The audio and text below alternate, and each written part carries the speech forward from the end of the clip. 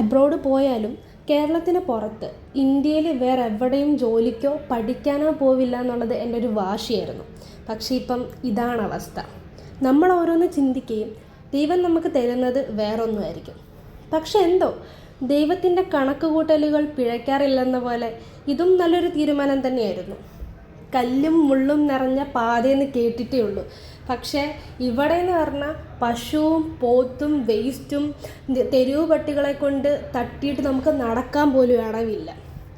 ഈ പശുക്കളൊക്കെ ഇവരുടെ മാതാജിയാന്നൊക്കെ ഇവർ പറയും. പക്ഷേ ഒന്നിനെ സംരക്ഷിക്കാൻ വേണ്ടിയിട്ടുള്ള ഒരു ഇനിഷ്യേറ്റീവ് പോലും ഇവിടെ ഉള്ളവർ എടുക്കാറില്ല.